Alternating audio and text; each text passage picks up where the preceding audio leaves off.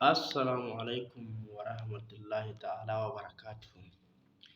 Malamanmu ta wannan gida mai dubun albarka na Dubun Asirai TV.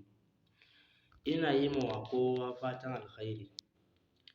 A yau muna tafe da wani sirri ne na kambun baka, insha Allah, na kambun baka. Wato mutum idan yana fama da rashin lafiya ya yi ta yin magani bai samu ya warke ba, to da yardan Ubangiji in dai kambun baka ne ko an yi maka ko ana shirin yi maka, to da yardan Ubangiji ga maganin shi. Wato mutum duk tsafe-tsafensa ko uwarsa yake hadiya tsabar baki, to yardan Ubangiji ka fi ƙarfin shi, ko ɗan wane ne shi, ko ɗan Fir'auna ne shi, malam ka jarraba wannan sirrin. Ba ma ka jarraba shi ba, malam ka je ka aikata wannan sirrin. Ni na gaya maka insha Allah. Ka je ka aikata wannan sirrin malam. Maye ne, mutum ne, aljan ne, kai in dai halittan Allah ne, ko ɗan ture ne, ko tura maka aka yi, ko hau ne a jikinka, game da kambun baka ne malam ka aiwatar da wannan sirrin. Ka aiwatar da wannan sirrin.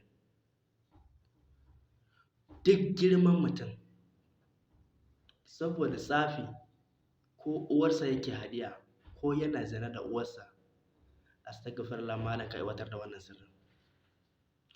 Wato yanda ake yi, idan ka tashi daga bacci, abin da za ka yi shi ne sai ka ƙudurta niyya a kai, insha Allahu. Kar ka yi magana da kowa. Dama a daren za ka yi niyya ka kwanta, ka yi shirin ba ka magana da kowa, kuma ko an kira ka ba ka musu magana, in dai ka yi niyyan yin aiwatar da wannan sirrin, insha Allahu.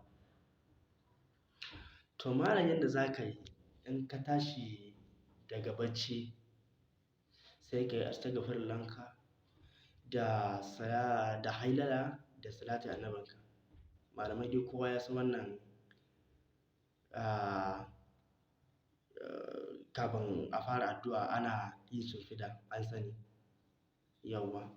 To insha Allahu mutum bayan ya aiwatar da wannan astagfirullah, hailala, salatin annabi, to sai ya ɗaga hannunsa, 'yar manoniyarsa kenan, sai ya ɗaga 'yar manoniyarsa ya karanta wannan aya mai albarka.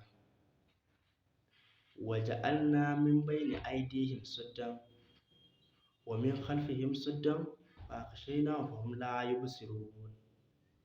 Na'am, sai ya tofa wa 'yar manoniyarsa yatsa ƙafa ɗaya, sai ya shafa wa idonsa na dama, hailo ya ƙara karanto wannan aya mai albarka, ya tofa wa yatsansa 'yar manoniya ta hagu,